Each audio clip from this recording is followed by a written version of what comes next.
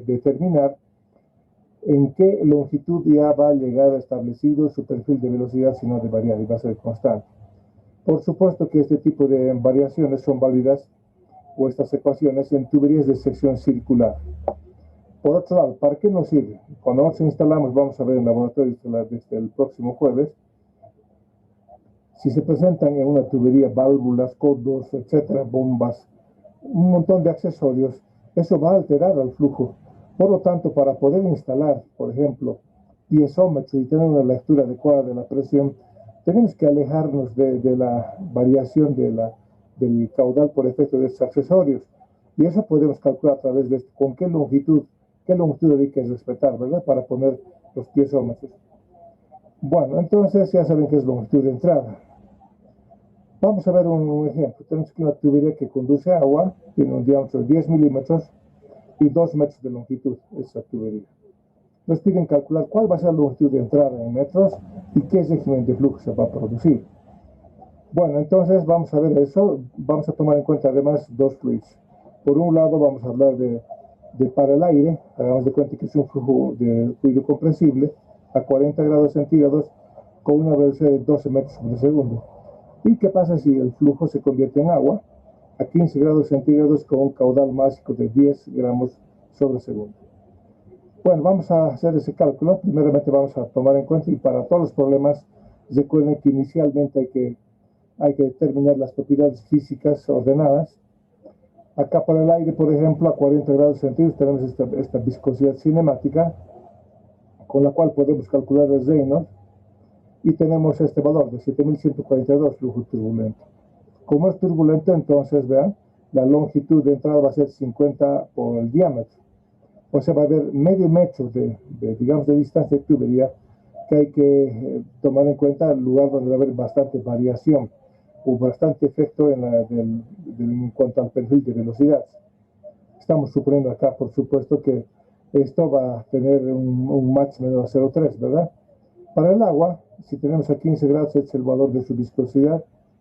Entonces calculamos el Reynolds y vemos que se produce 1117, es un flujo luminar, menos 2000.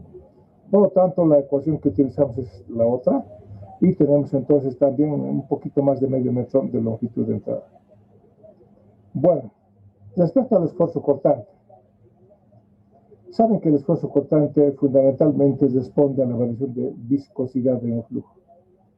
Entonces, cuando tenemos un flujo estacionario totalmente desarrollado, se quiere alcanzar esa longitud de entrada, vamos a ver que el esfuerzo cortante surge en las paredes. Por eso he puesto acá dos flechitas que indican eso, el esfuerzo cortante. Pero para hacer este balance vamos a suponer que la tubería tiene un área constante, que en la cara anterior actúa una presión P sub 1 y a ella se opone una presión P sub 2. Entonces, en el equilibrio de fuerzas, en esta longitud de tubería, tenemos la primera fuerza, F1 menos F2, menos la fuerza debida al esfuerzo cortante. Expresada en presión nos da esta relación. De ahí podemos despejar nosotros el valor del esfuerzo cortante, que va a ser igual entonces P1 menos P2 por el área sobre el área perimetral. A esto hay que entender bien. Las presiones afectan o actúan más bien en las áreas transversales de tubería. En cambio, el esfuerzo cortante en las paredes, por lo tanto, es un área perimetral, ¿verdad? El área de flujo transversal es esta, donde actúan las presiones, pi r cuadrado, sabemos eso. Pero el área perimetral es, vean, 2 pi r l, el perímetro de la tubería. Ese es el área que hay que tomar en cuenta. Bueno, entonces, ya tenemos acá la expresión que dijimos del esfuerzo cortante, y reemplazando el valor del área, las áreas correspondientes, tenemos acá una última relación en función del radio y la longitud también. Bueno, ahora por supuesto que el área no siempre va a ser circular, ¿no? Vamos a ver del tipo, hay tuberías de sección diferente a la circular. Bueno, pero dijimos que el esfuerzo cortante en las paredes es máximo. En cambio, al centro, como se ha alejado de las paredes, es prácticamente nula, se anula. Este es el perfil que va a ofrecer del esfuerzo cortante. Máximo acá en las paredes, ¿verdad? Y prácticamente cero al centro de la tubería. Y vamos a tomar en cuenta esa referencia, el eje de la tubería, radio desde ahí, desde la mitad, y radio de subsuelo hasta la pared misma. Entonces, por eso decimos que en R0, que es acá al centro de la tubería, el tau es 0. Pero cuando el radio es igual a R sub 0, que está llegando a la pared de la tubería, el tau va a ser máximo, el esfuerzo cortante va a ser máximo. Eso va a afectar el perfil de velocidad. Vamos a analizar primeramente el flujo laminar. ¿Qué pasa con las velocidades? Ya vamos a ver este fenómeno, ¿verdad? Es decir, que aquí vemos nuevamente la mitad de la tubería donde estamos mostrando cómo se va formando el tau, cómo se comporta el tau en la tubería, y eso mismo cómo va a afectar al perfil de velocidad. Veamos esto. Por definición es el tau, ¿verdad? Menos viscosidad derivada de la velocidad respecto al radio.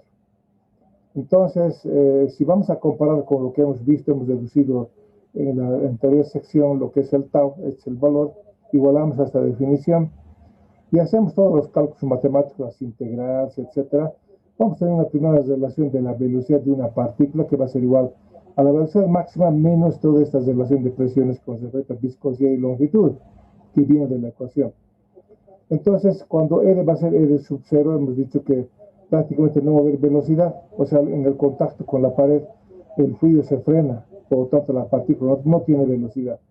Entonces, si hacemos ese valor, cambiamos acá el R por R sub 0, hemos encontrado la velocidad máxima de una partícula con esta ecuación. Si reemplazamos esta ecuación 2 en 1 acá, en la velocidad máxima, allá tenemos ahora una ecuación que nos marca la velocidad de las partículas en función del radio. Vean, el perfil prácticamente. Por otro lado, sabemos bien que la relación de velocidad máxima respecto al R sub 0 de la ecuación número 2 acá va a ser igual a toda esta relación de presiones. Entonces, si cambiamos ahora este valor por este otro valor, entonces tenemos otra expresión del perfil de velocidad, que va a ser velocidad máxima 1 menos la relación de radios al cuadrado. ¿Cómo es este perfil? Es un perfil parabólico. ¿Ya? Así ha de ser, es un perfil parabólico. Entonces, velocidad en las paredes 0 y máxima acá al centro, ¿verdad? Cuando el radio igual va a ser, digamos, 0. Ahí va a ser la velocidad máxima, ¿verdad? Entonces, a través del estudio de la, digamos así, fenómenos de transporte, se demuestra que la velocidad media de un fluido va a ser igual a la mitad de esta velocidad máxima. Es decir, ¿cómo encontramos esta velocidad máxima experimentalmente? Con un tubo pitot. Podemos ingresar el tubo pitot acá, hacer que mida la velocidad justamente al centro de la tubería y eso nos marca la velocidad máxima. Entonces, la mitad de esa velocidad es la velocidad media. ¿Qué pasa cuando tenemos flujo turbulento? Hay varias, ya por supuesto que el movimiento es más complejo y entonces hay que tomar varias ecuaciones, hay varios modelos.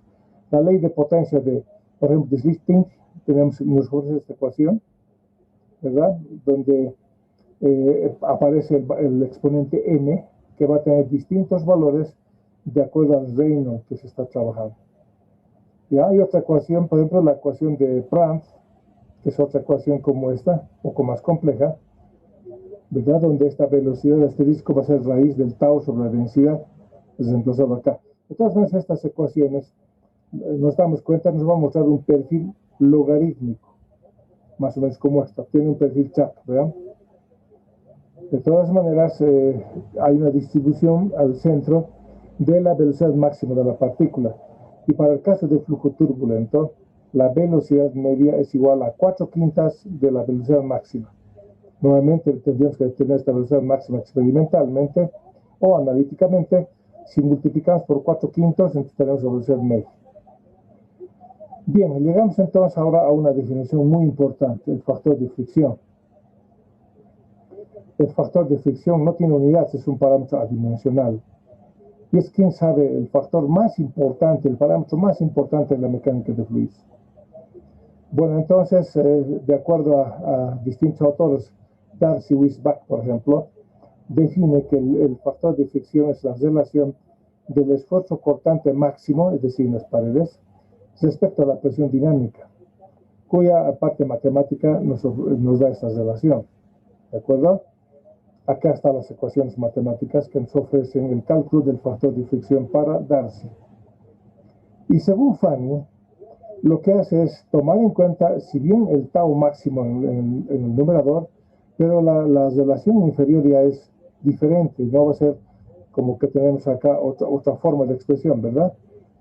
Bueno, de todas maneras, haciendo el cálculo correspondiente, nosotros vamos a tener una relación del factor de Darcy con Fanning como 4 veces Fanning. Bien, vamos adelante y vamos a ver entonces con ese dato la pega de carga en flujo laminar. Nosotros hemos definido la velocidad máxima de esta forma, el perfil de la velocidad, ¿verdad? Además sabíamos que la velocidad máxima va a ser 2 veces la velocidad promedio, velocidad media. Si reemplazamos esto, tenemos acá la velocidad media en función de la caída de presión.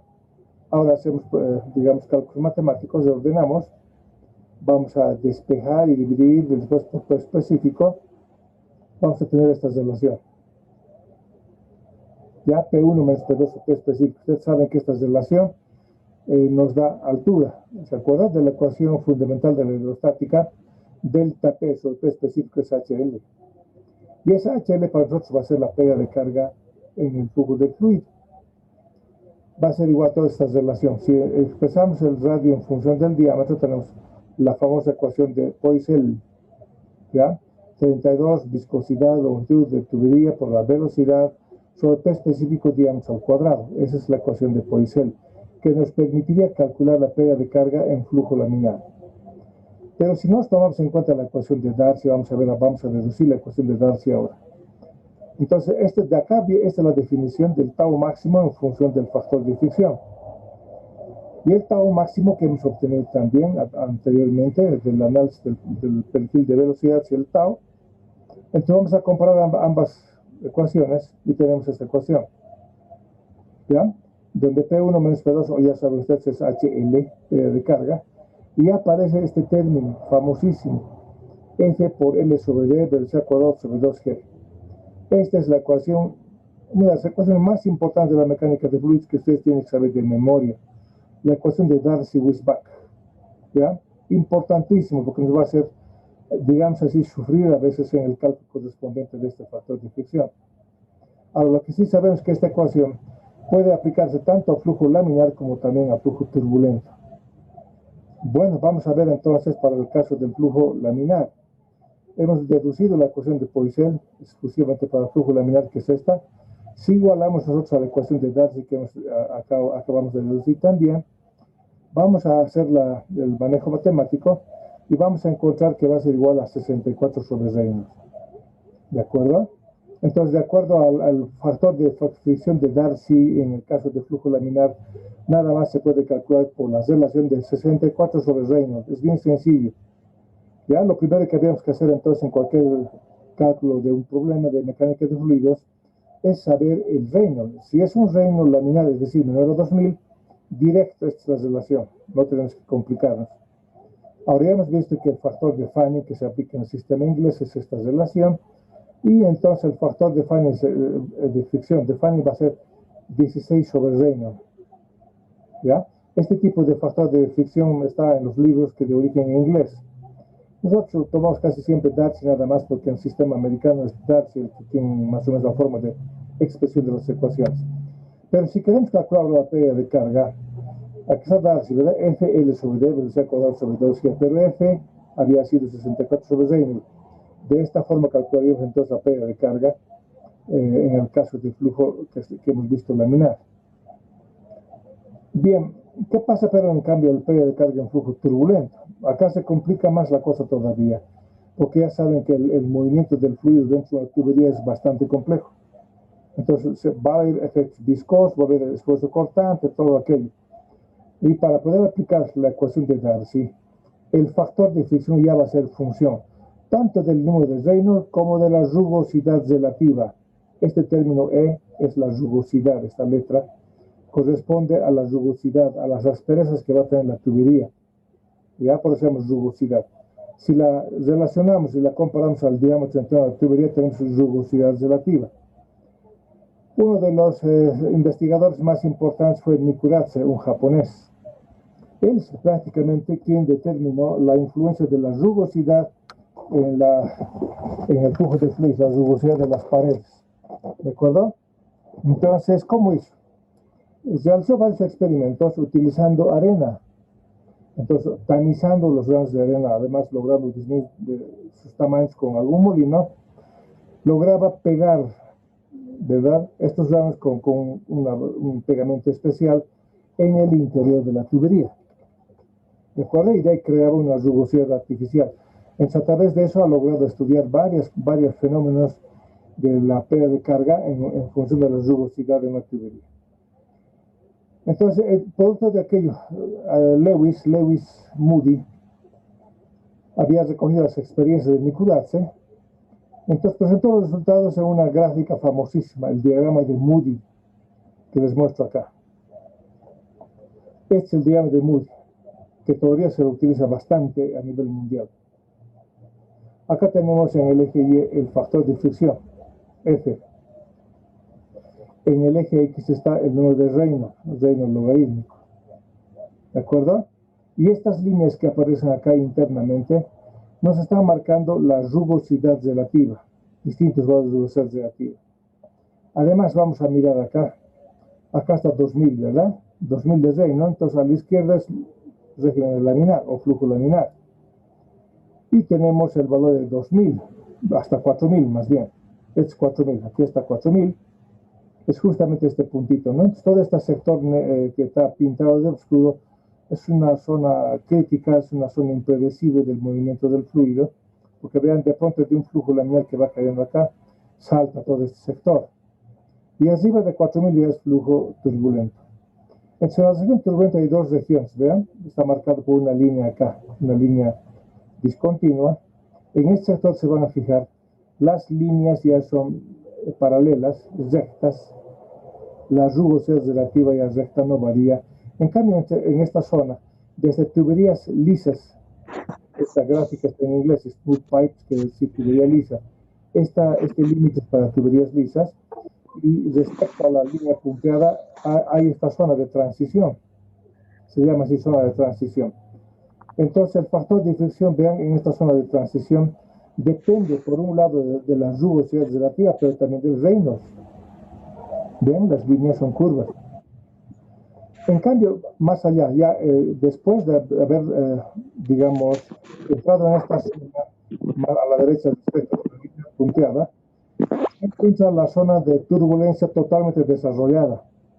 Vean, en este caso, ya no va a ser función, si se dan cuenta, de la rugosidad relativa. Solamente va a ser función del reino. Ya va a ser constante, si se dan cuenta. Ya no va a haber, ¿verdad? Digamos acá, tenemos aquí 10 a la 6, este es el factor de fricción, 10 a la 7, el mismo factor de fricción, 10 a la 8, el mismo factor de fricción, etc. Ya no va a afectar, en el caso de la rugosidad relativa. Por supuesto que hay que determinar, de acuerdo al material, cuál es la rugosidad relativa de la tubería. ¿Ya? La rugosidad relativa también es un número adimensional. Esto lo vamos a dominar seguramente, muchachos, conforme vayamos avanzando en la materia.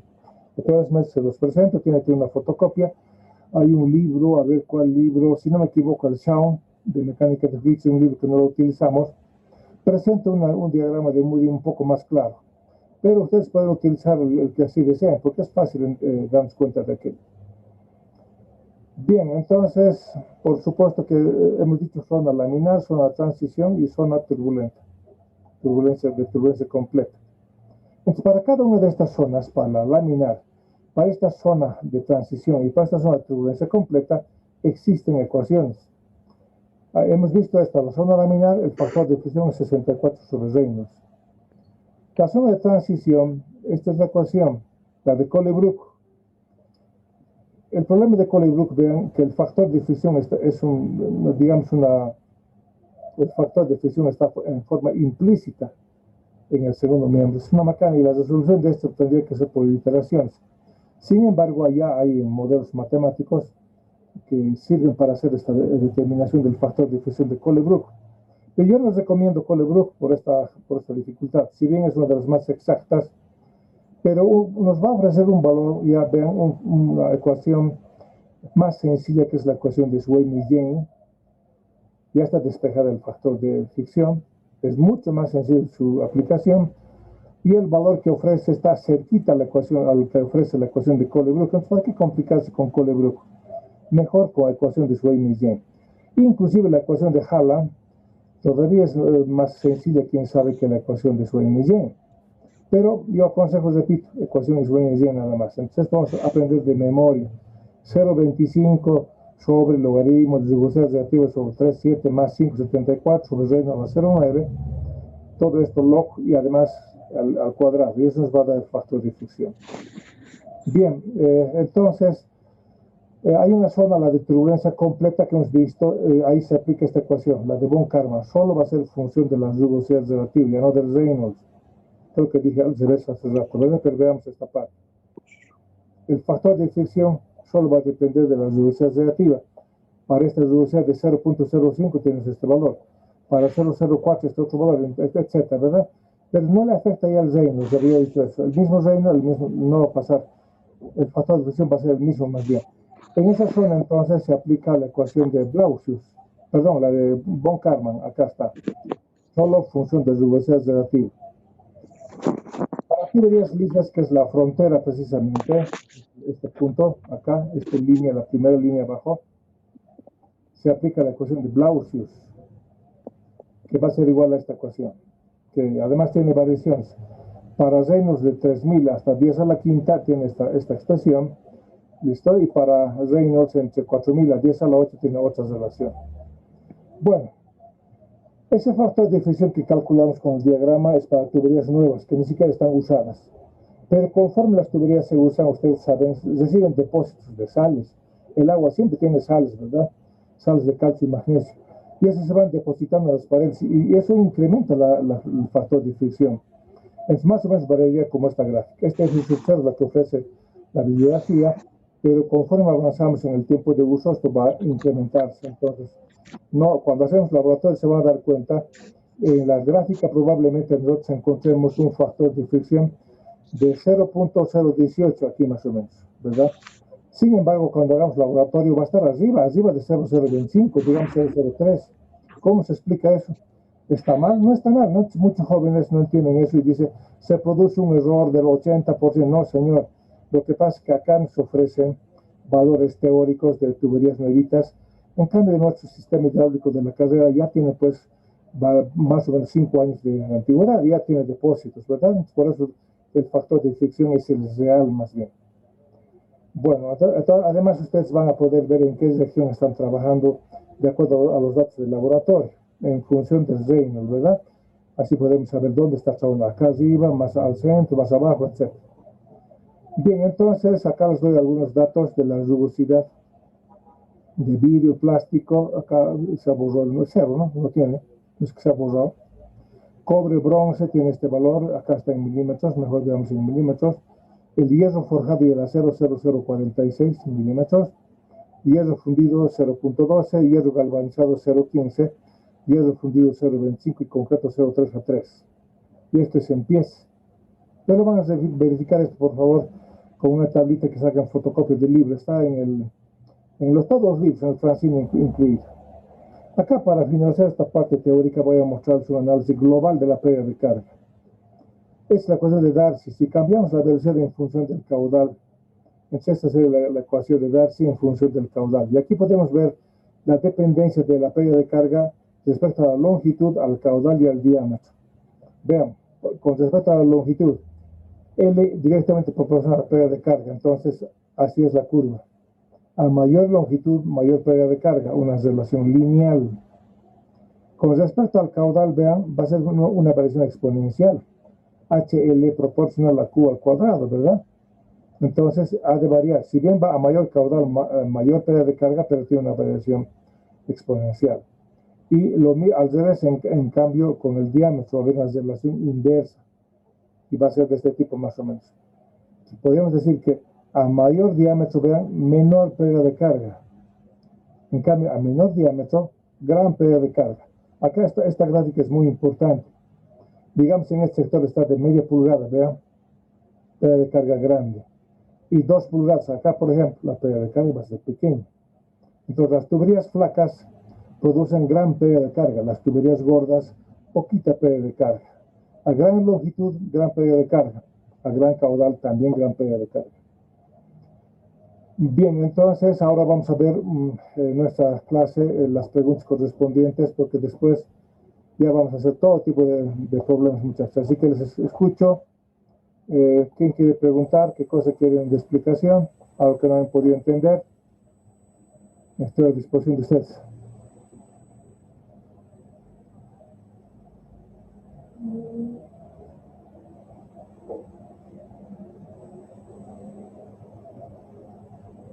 No les hagan las ganas de preguntar, o son Bueno, sin que ¿qué pasa con ustedes? A ver, pregunta Michelle.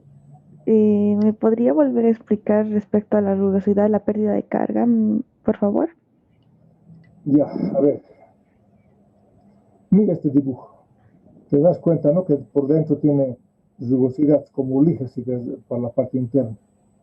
Entonces, de acuerdo al material, por ejemplo, las tuberías de acero son bastante lisas. En cambio, las de hierro galvanizado no son tan lisas.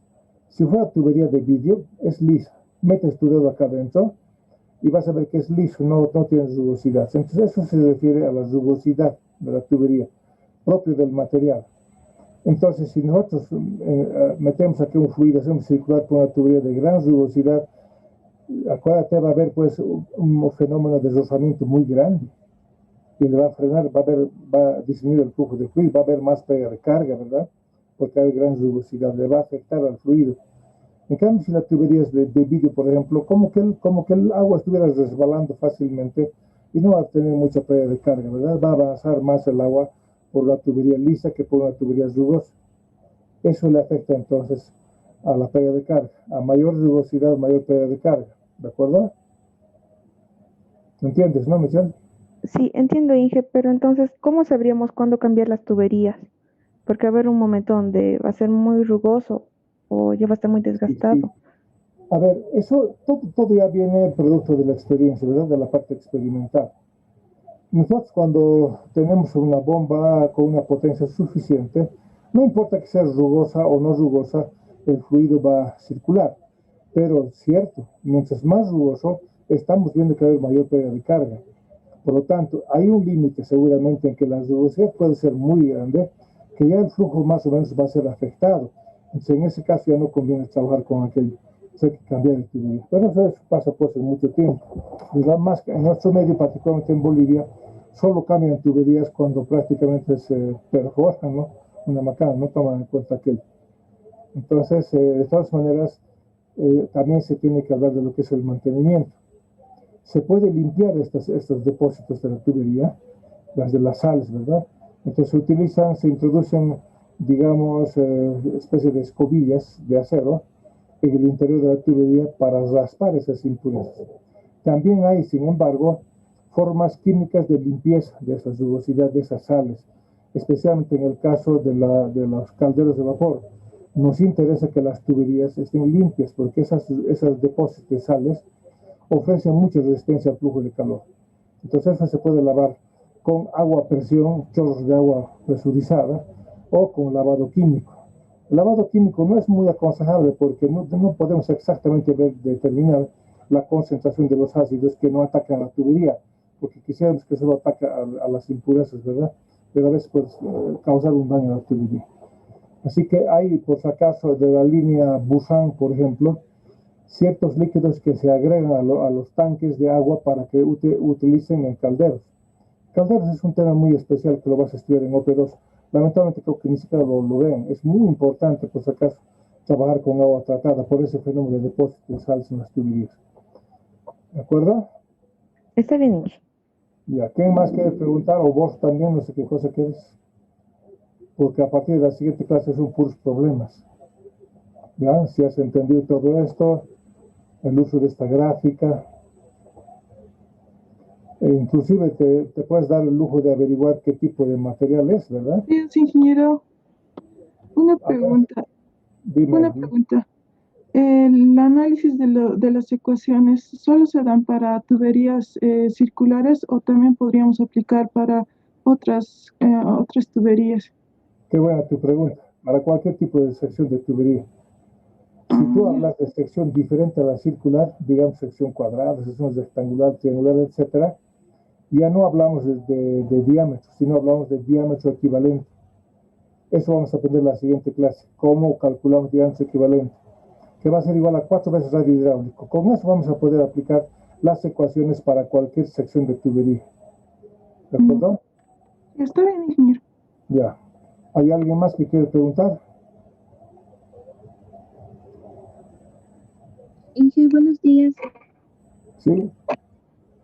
Para la parte de tuberías, estamos viendo la parte lineal, pero si nosotros llegamos a una parte en donde, por ejemplo, tenemos un codo, yo creo que cambiaría el perfil de velocidades, por ejemplo. Entonces, no sé cómo haríamos un análisis para esta parte o lo veamos y lo tomamos como si fuera lineal. Por favor. No, tienes razón. Ahorita estamos viendo solamente las pérdidas de carga primarias, es decir, en tuberías. Pero acuérdate, para poder armar un sistema hidráulico necesitamos de accesorios, todo tipo de accesorios, reducciones, expansiones, codo. Entonces hay que tomar en cuenta el efecto de los accesorios también en el flujo de fluidos. No vamos a hablar de perfil de velocidad, sino de pérdida de carga directamente, ¿ya? Y eso vamos a aprender también en la siguiente clase. Ahí es el tema de la siguiente clase. ¿De acuerdo? Te prometo que te voy a enseñar. Bien, muchachos, ahora ya no se olviden que el próximo jueves va a haber un laboratorio y en la siguiente clase hacemos puros problemas, no tienen que ser atentos.